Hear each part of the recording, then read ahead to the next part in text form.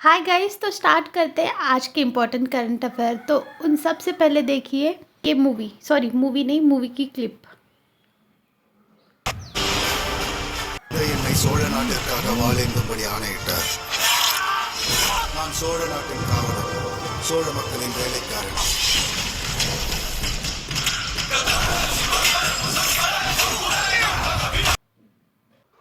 सो ये मूवी आई थी ना ऐश्वर्या राय की, PS1 पोनियन सेल्वन वन। वही तो राजा राजा चोला उनको दर्शाया गया था उसी मूवी में। तो ये अभी न्यूज़ में क्यों है? क्योंकि इनकी बर्थ एनिवर्सरी सेलिब्रेट की गई है तमिलनाडु में। तो ये बॉर्न हुए एज अरुलमोजी वर्मन, और उनको फिर राजा राजावन द ग्रेटेस्ट चोला एम्पायर के किंग ये घोषित किया गया था जब उन्होंने पांड्यास को डिफीट यानी हराए थे वॉर में। तो देखिए इनका शासन कब तक था, यानी रेन 985 टू 1014 CE तक था। और ये इनके पास मिलिट्री पावर भी था और अच्छा खासा एडमिनिस्ट्रेटिव विजन भी था। तो जानते हैं इनका मिलिट्री कॉन्क्विट यानी इन्होंने कहाँ तक सीमाएं अपनी बनाई थी। तो इनके शासन के दौरान चोला ने एक्सपांड किया था साउथ इंडिया के बियॉन्ड भी, जैसे कि हो गया श्रीलंका और कलिंगा। कलिंगा क्या होता है? उड़ीसा वाला रीजन को कलिंगा कहते हैं। और बहुत सारे कैंपेन भी लॉन्च किए थे, जैसे कि है मालाबार कोस्ट कैप्चर करने का, मालदीव्स तक जाने का और श्रीलंका को भी कैप्चर करने का। इनको देखिए बहुत सारे टाइटल भी मिले हैं, जैसे जब पांड्या को डिफीट किया था तब इनको टाइटल मिला था पांड्या कोलाशनी। इसका मतलब होता है thunderbolt to the race of Pandya, Pandya को जीतने वाले। और इन्होंने टाइटल भी जीते थे मुमुंडी चोला, जिसका मतलब क्या होता है? ऐसे किंग जिन्होंने 3 क्राउन पहने हो।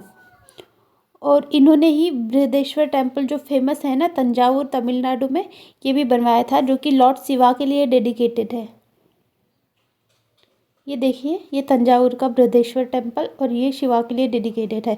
और ये टेम्पल दोनों काम करता था, रिलीजियस हार्मनी भी बनाता था और इकोनॉमी में। जैसे देखिए कोई भी टेम्पल बनता है तो वहाँ फूलों की दुकान होती है, होटल्स होते हैं, जो लोग वहाँ विजिट करने आते हैं उनको रहने के लिए, तो उससे ऑटोमेटिकली इकोनॉमी डेवलप होती है।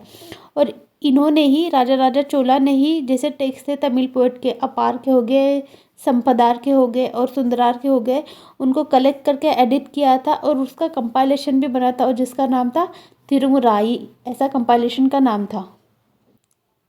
सो नेक्स्ट है हमारा गोपाल रत्न अवार्ड। नेशनल गोपाल रत्न अवार्ड ये न्यूज़ में क्यों है? क्योंकि recently department of animal husbandry इन्होंने विनर डिक्लेयर किया है इस अवार्ड के। तो ये हाईएस्ट अवार्ड है in the field of life stock, यानी हम कैसे जानवर पालते हैं और उनकी देखरेख करते हैं, और जो कि दिया जाएगा नेशनल मिल्क डे के सेलिब्रेशन में, यानी 26 नवंबर को। कल था ना 26 नवंबर, इसलिए मैं करंट अफेयर भी कल का ही बताती हूँ। आज 26 नवंबर नेशनल मिल्क डे ऐसे सेलिब्रेट किया जाता है। सो इसका ऑब्जेक्टिव भी है इस अवार्ड का, ऑफकोर्स कुछ ऑब्जेक्टिव होता है, जैसे इनकरेज करता है इंडिविजुअल को खेती करने के लिए, इंडिजीनियस एनिमल को पालने के लिए, और AI टेक्नोलॉजी को कोऑपरेट करने के लिए भी। तो इस ईयर से ही ना डिपार्टमेंट एक स्पेशल अवार्ड देने वाला है नॉर्थ ईस्टर्न रीजन के लिए भी।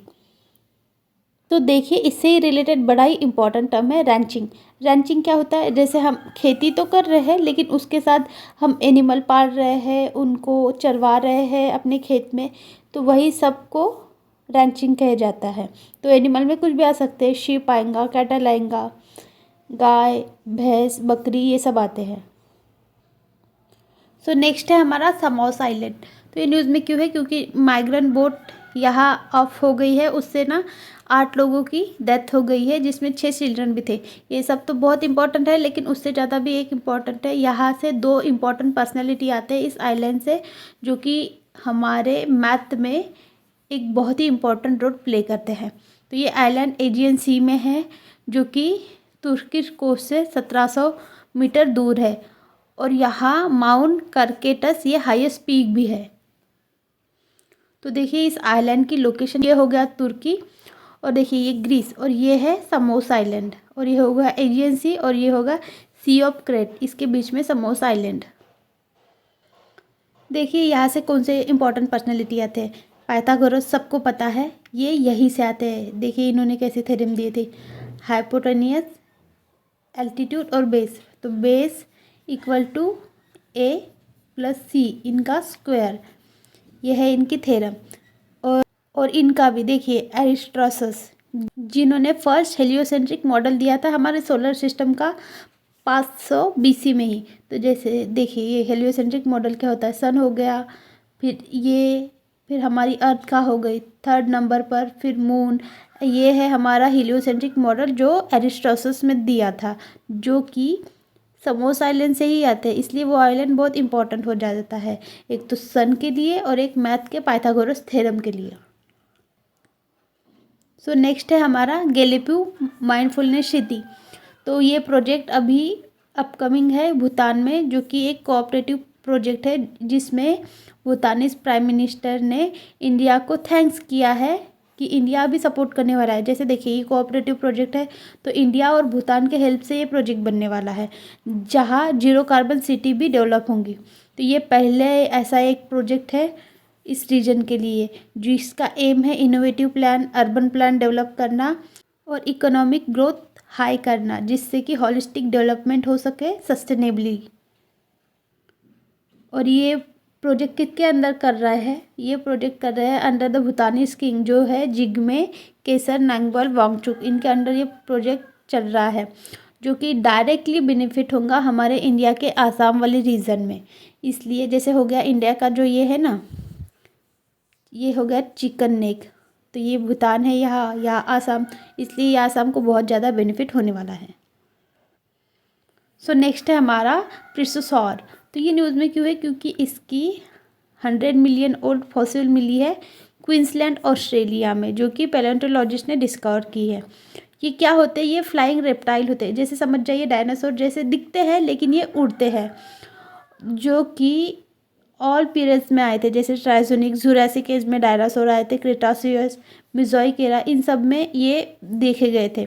और ये नॉट ओनली फर्स्ट रेप्टाइल है जो कि फाइट करेंगे, पर ये फर्स्ट वर्टिब्रेट भी है जो कि फ्लाई करेंगे। रेप्टाइल क्या होता है, रेंगने वाले, और जो वर्टिब्रेट क्या होते हैं, वर्टिब्रेट होते हैं जिनको ये रीढ़ की हड्डी रहती है, उनको वर्टिब्रेट कहे जाते हैं। ये दोनों फर्स्ट है प्रीटासोरस जो कि उड़ सकते हैं।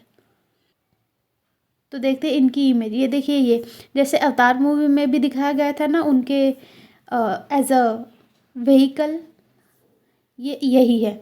तो पैलेंटोलॉजिस्ट क्या होते हैं, ऐसे साइंटिस्ट जो स्टडी करते हैं हिस्ट्री ऑफ अर्थ की, एनालाइज करते फॉसिल की और उसके रिमेन की, और उसमें सभी इंक्लूड रहते हैं ऑर्गेनिज्म, एनिमल, प्लांट, कोरल या फिर सेलफिश, उनके फॉसिल से ये स्टडी करते हैं।